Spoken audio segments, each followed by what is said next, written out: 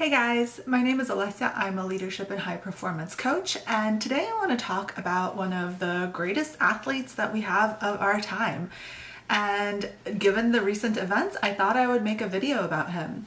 So, when it comes to being a high performance athlete and just being the best in the world, a lot of it is based on the inner game. And a lot of us don't think about this very much because all we see is kind of the athletes training their bodies and they're out there on the field playing and they're lifting weights in the gym. And we think about it as very much a physical endeavor. But if anyone has actually played a sport or has been an athlete, you understand that so much of being the best is about that psychological inner game. As someone with a background in psychology, I get really interested in what makes people perform so much better than other people. What makes an athlete super resilient to adversity, to injury, to just falling into kind of the pit of despair that they could potentially fall into, given the fact that they are under high amounts of stress. And so we've seen this all the time. We see athletes completely burn out and just like almost self-sabotage. And then we see people like Tom Brady who have been in the game for decades and are going strong. And what is the source of this mental resilience? How does one get to have this level of inner strength? Well, what's funny is that I actually listened to a bunch of interviews with Brady, and he actually references the fact that back in college, he didn't really have this kind of inner strength, the psychological strength. And what he did is that he spent a lot of time with the team psychologist, and he actually went to that team psychologist twice a week so he can gather tools and really learn how to be more psychologically strong. And so in listening to a bunch of interviews as someone with a background in psychology and someone who works with kind of high achievers, I actually pulled out a bunch of psychological techniques that I noticed Brady using in describing his own life and his own achievements that I'm going to share with you guys here, so that if you're interested, you can kind of use these techniques in your own life and kind of really build up that inner game like a professional athlete would. So the first thing that I've really noticed is the level of thought precision. And so when it comes to kind of most of us, we kind of see our thoughts just kind of like moving in our heads, and they pass by and we kind of accept them as truths, right? So we might think some negative thoughts, we might ruminate on something, and we kind of just accept that it's like something that happens to all people. The thing is, when you really want to grow and perform at a really high level, you have to be so careful with your thoughts, because those negative thoughts can be virtually toxic to you and your gameplay or your performance. And as any kind of major Brady fans know, he is obsessed with inflammation. And actually, negative thoughts and inflammation have a very high correlation. This is something that a lot of people are not aware of, but we know that perpetual, repetitive negative thoughts actually lead to higher rates of inflammation in the body. And basically, literally all of Tom's protocols are based on reducing inflammation. The diet, the workouts, the yoga, etc.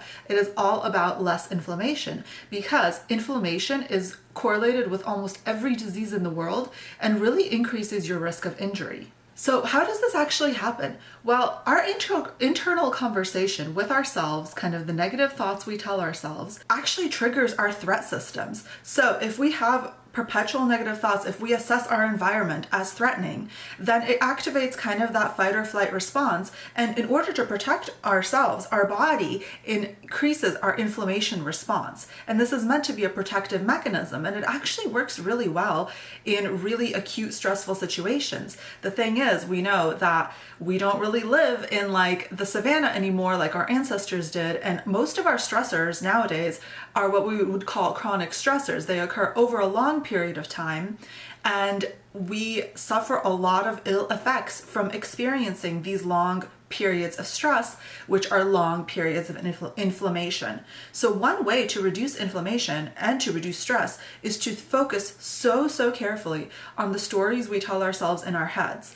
We do not have the luxury of, really indulging in thoughts that are not helpful to us. So a lot of times we can kind of feel sorry for ourselves, or we can like get lost in a kind of negativity spiral. For athletes like Tom, you can't do this, because to perform at that high level, you need to be so careful and not indulging in these types of negative thought spirals, because they actually affect your body and your performance. Now you're thinking, okay, well, I don't want to engage in negative thought spirals either, but how do I actually stop? How do I do this? So one thing that's really effective in really diminishing negative thoughts and the impact of negative emotions on our bodies is to gain a lot of psychological distance between the stories we're kind of telling ourselves in our own heads, the conversations we have with ourselves, and our emotions. So one way that I've seen Tom do this, and actually many athletes do this on a regular basis, is that they gain psychological distance by using the third person. And if you remember from elementary school or middle school, the third person is the type of narration style that is used when the narrator refers to someone by their name or by a pronoun. So for instance, if I was narrating a story about what's happening right now, I would be saying, Olesa is making a YouTube video and she is currently talking. And of course it sounds like super weird, but we've all heard a lot of athletes do this. And now that you kind of know that people do this, you're going to notice it more. And we actually know that Julius Caesar even did this when he wrote accounts of kind of battle plans, and it allowed him to gain the psychological distance to make the best choices that he could make. We've seen LeBron James do this when he's been trying to kind of figure out which team to play for, which contract to accept. And the reason that this is so effective is because we often do a much better job at giving other people advice than we do ourselves. You know how it is like when a friend comes to you and they ask you for advice and you have like all the best advice. You're like the Dalai Lama. But when it comes to your own problems, we get so attached to our own stuff, and we're just so close that we do not make the best decisions. Somebody that's performing at a high level, when they need to make a decision that is not going to be fueled by kind of all of their emotions, they need to really gain this psychological distance, and using the third person either in your head, or I've actually seen it, Tom does it out loud as well. And using this, but for most of us, we would kind of prefer to do it in our head because we might kind of sound a little bit weird doing it out loud. Thinking of like somebody kind of narrating what you're doing and how that would impact your life. And that brings me to the third point, and that is called temporal distance. So a lot of times when we're trying to make a good decision, we are just too close to the problem. We're too close emotionally. And what really helps people make better decisions, and this is proven by research, is to gain temporal distance, which means that you want to really zoom out on the timeline of your life. You want to kind of think about things. What's it going to look like 10 years from now? What's it going to look like 20 years from now?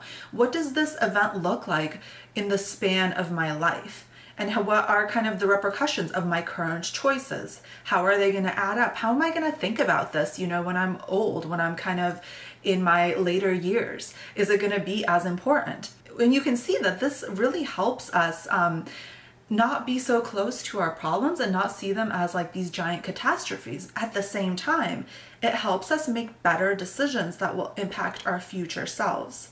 So this is something that I've seen Tom do numerous times in interviews, is that he really takes that macro perspective of his life. And I think that's why he's so successful in maintaining those really healthy habits that allow him to play as an athlete in his 40s, which is pretty much unheard of in most sports. So next time you're kind of stuck in a problem, consider really zooming out, looking at your life like it's this timeline, and really seeing this event as just one part of your life.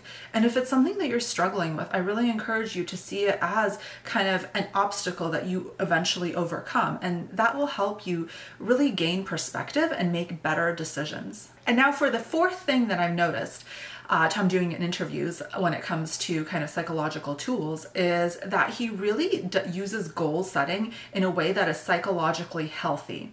What I see a lot of people do is that they create these giant goals for themselves that are more outcome goals than process goals. And what they do is that they often set goals as a way to compare themselves to others. Like saying, I'm going to be the best X in the world, or I'm going to be better than X, you know, like saying like, I'm going to be a better basketball player than LeBron James. The thing is that these goals have been shown to not be as psychologically healthy. They typically increase stress, and they sometimes just make us feel bad. It sucks to create goals in which you cannot control the outcome. And oftentimes when people cannot control the outcome of their goal, they give up. So when I hear Tom talking about his goals, he talks about creating goals in which you compare yourself to yourself. So really becoming the best version of yourself. And in a way, this really protects you psychologically from having kind of the stress of comparing yourself to others, but it also breaks down any limitations that might exist in your field. So for example, if you were just kind of trying to be the best football player, you might not achieve this kind of career success because it's never really been achieved before. So if you're only comparing yourself to yourself, then really there's very little limitation. And then at the same time, you also don't have the detrimental effects of comparing yourself to others, which can be really demoralizing. And we don't want a high performer to get demoralized. And so another thing that Tom does a great job at is focusing on progress over perfection. So he continually talks about making one small tweak a day, just doing one thing a little bit better. I think that's such a great way to view a goal, is to really be compassionate in your own humanity and focusing on the fact that you can just make small changes over time. A, that makes the goal less overwhelming, and B, it makes you stay motivated because having those kind of small achievements actually leads to a higher level of self-efficacy, which allows us to feel good about ourselves and to also makes us want to keep going, want to be creating progress. If you set a goal that's like way up here, like so high that it's almost virtually impossible to achieve, it's really, really easy to get discouraged and give up. If you set a low bar and clear it every day, you're really building up that kind of self-confidence and that self-efficacy that you need to achieve these great things that are hard to do. All right, so I hope that this video was helpful to you guys. I just want to share from kind of the interviews that I watched, it seems that Brady really didn't start out with these tools. He didn't kind of start out as a person that can naturally do this. And what he did is that he really worked at, using his mind to achieve the things that he achieved. And so I think it's a really inspirational story to all of us to show that, we can work on these things and we can get better at them and we can really improve our inner game to achieve great things. So I will leave you with this, and I will see you guys next week with another video.